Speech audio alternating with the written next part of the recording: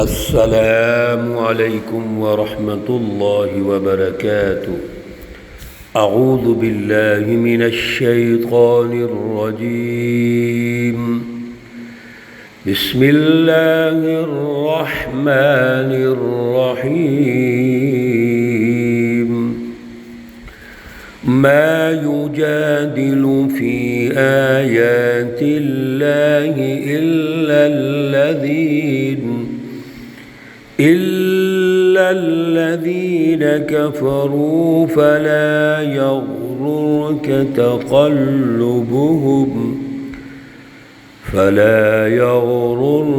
تقلبهم في البلاد۔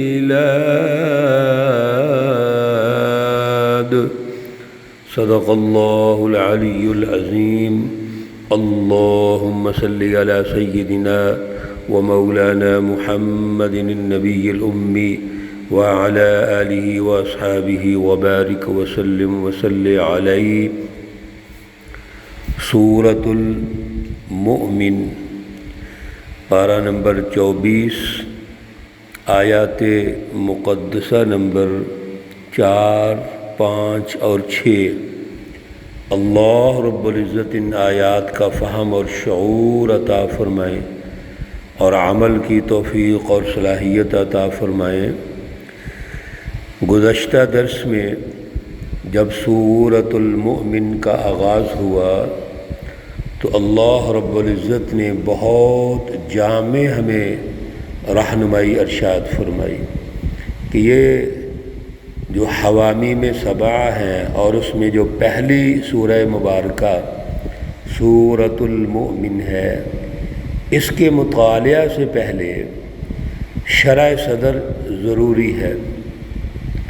ہمارے قلب اور دماغ میں یہ واضح ہونا ضروری ہے کہ یہ کتاب مقدس اللہ کی طرف سے ہے۔ جب تک یہ شرح صدر نہ ہو اور پھر اللہ رب العزت جو العزیز ہے، العلیم ہے، اس کے حوالے سے ہمارا ایمان و یقین نہ ہو تو یقیناً ہم اس سے رہنمائی حاصل نہیں کر سکتے۔ اور پھر اللہ کی جو صفتیں ہیں، جن صفتوں کے ذریعے سے وہ اس کائنات کا نظام چلا رہے ہیں اور انسانی معاشروں کی تشکیل چاہتے ہیں، ان کو سمجھنا ضروری ہے۔ وہ 4 اوصاف اور پھر آخر میں فلسفہ توحید کو نمایاں کیا گیا، جس میں غافر الذنب، قابل التوب، شدید العقاب، ذی الطول، اس کی وضاحت کل کے درس میں ہو چکی ہے۔ آج کے درس میں اللہ رب العزت اس ساری رہنمائی کے ارشاد کے بعد پھر ان لوگوں کا ذکر کرتے ہیں جو مخالفین ہیں، معاندین ہیں، جو کفار اور مشرکین ہیں، ان کا رویہ کیا ہے۔ اللہ رب العزت ارشاد فرماتے ہیں ما یجادل فی آیات اللہ، اللہ رب العزت کی آیات میں جھگڑا نہیں کرتے الا الذین کفروا، مگر وہی لوگ جو کافر ہیں۔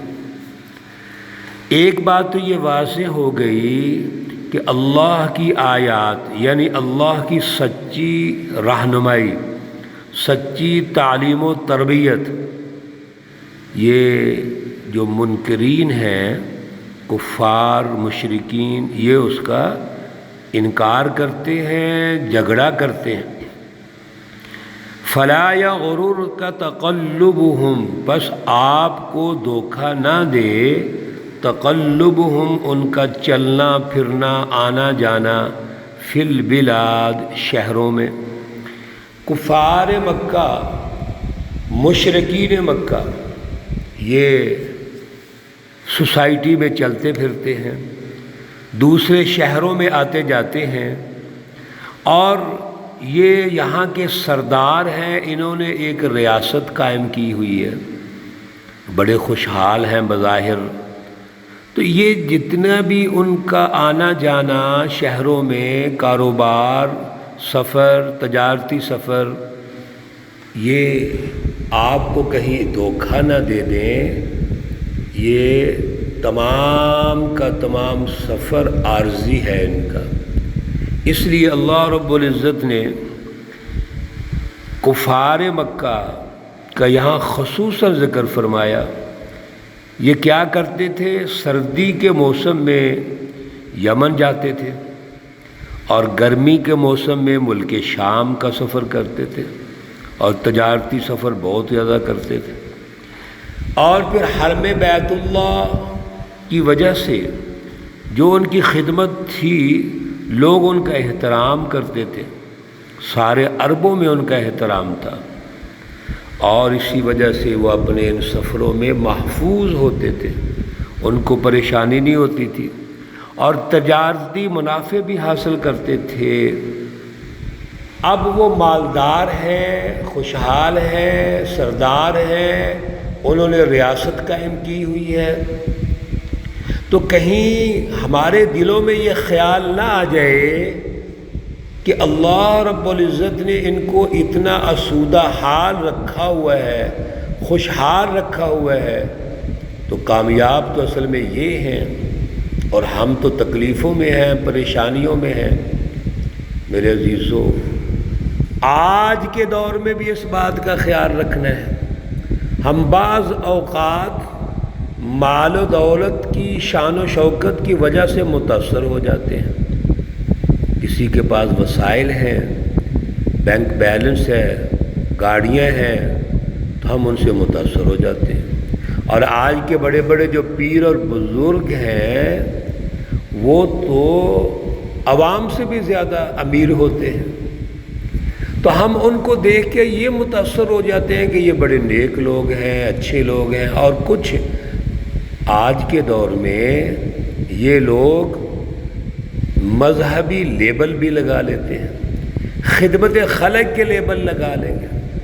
اس لیے اللہ رب العزت نے فرما دیا، اصل چیز اعلیٰ ایمان ہے، اعلیٰ نظریہ ہے، اور اس ایمان اور اعلیٰ نظریے کو عمل میں لانے کے لیے اعلیٰ ان کا عمل و کردار ہے۔ اگر یہ نہیں ہے تو پھر فلا یغررک تقلبهم فی البلاد، ان کا دوسرے شہروں میں آنا جانا، سفری تجارتی جو سفر ہے، اس کی وجہ سے ہمیں دھوکے میں نہیں آنا چاہیے۔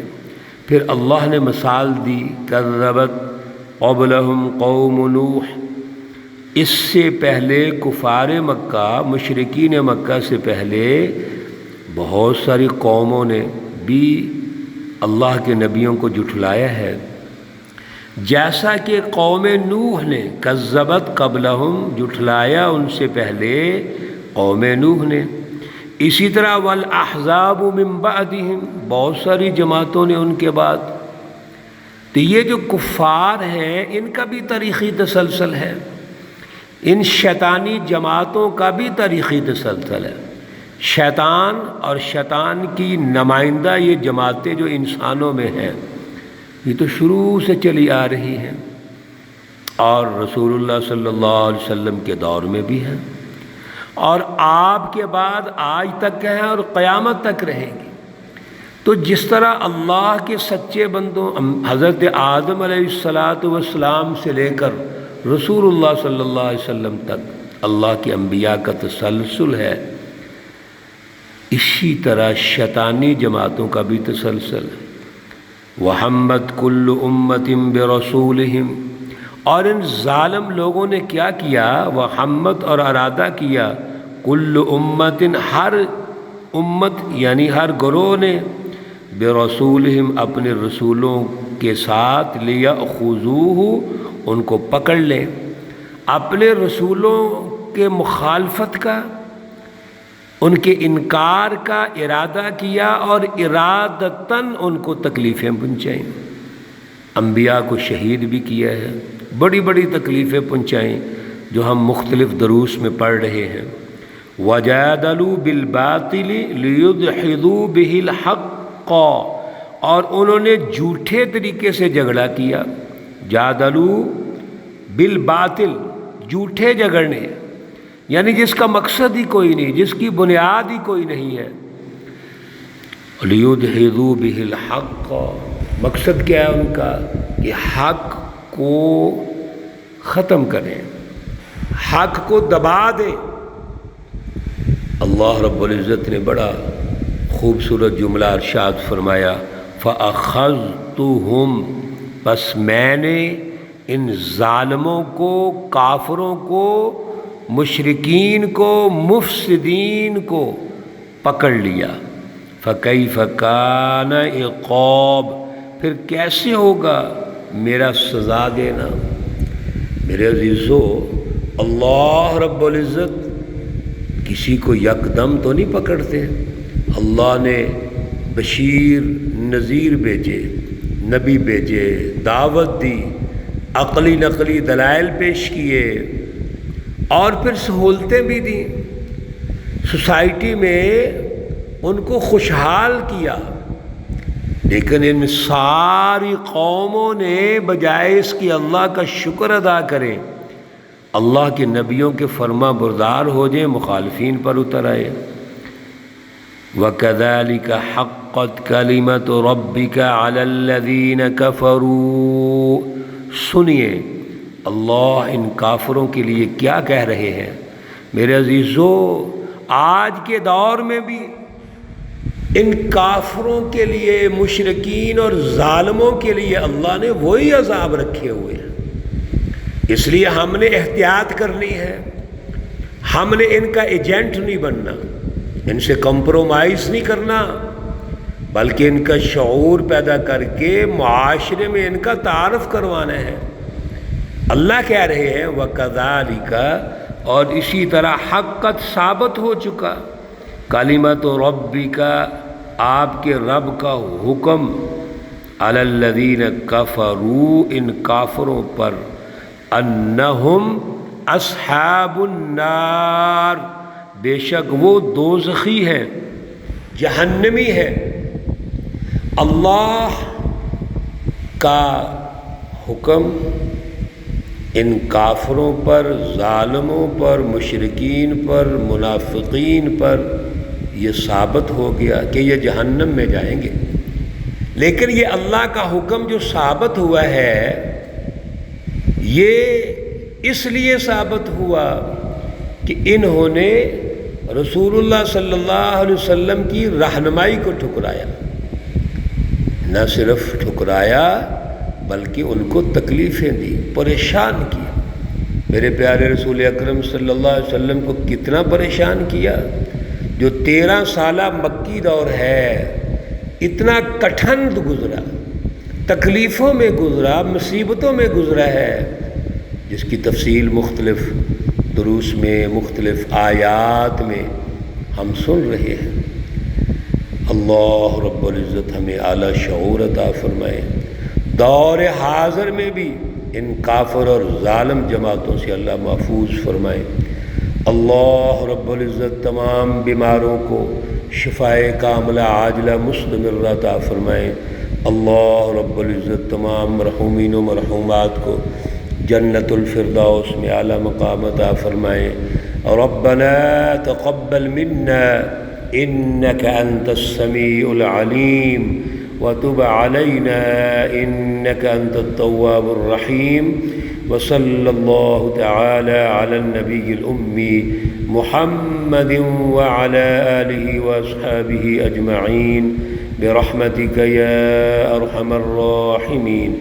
السلام عليكم ورحمة الله وبركاته۔